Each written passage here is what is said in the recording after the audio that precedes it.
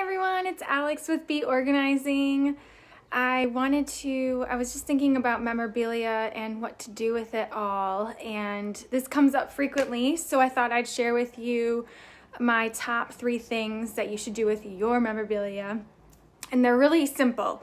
First thing, maybe I know it's the end of the school year, so maybe you have kids coming in with new memorabilia, and a great idea is to display it. Maybe it's on your fridge, maybe you have an actual dedicated space like a bulletin board somewhere, right when you walk into your mud room or laundry room from the garage, or just your kitchen on the fridge, like I said. So display it.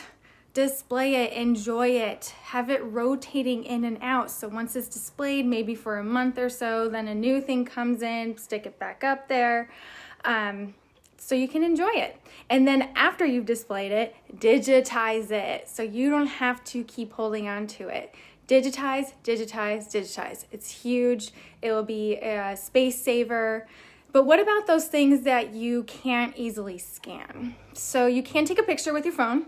That's easy, right? And then the picture serves as a digitized copy.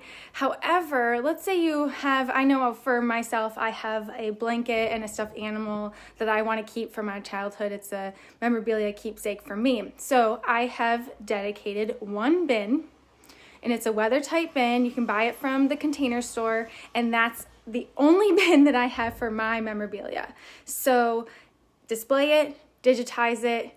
For the stuff that you absolutely want to keep, designate one bin for each person in your household to buy a weather-tight bin so it doesn't get damaged or anything. You can buy it at the Container Store. There's clear ones. You can put a label on it.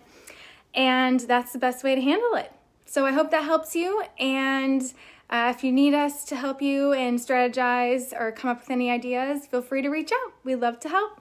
Thanks.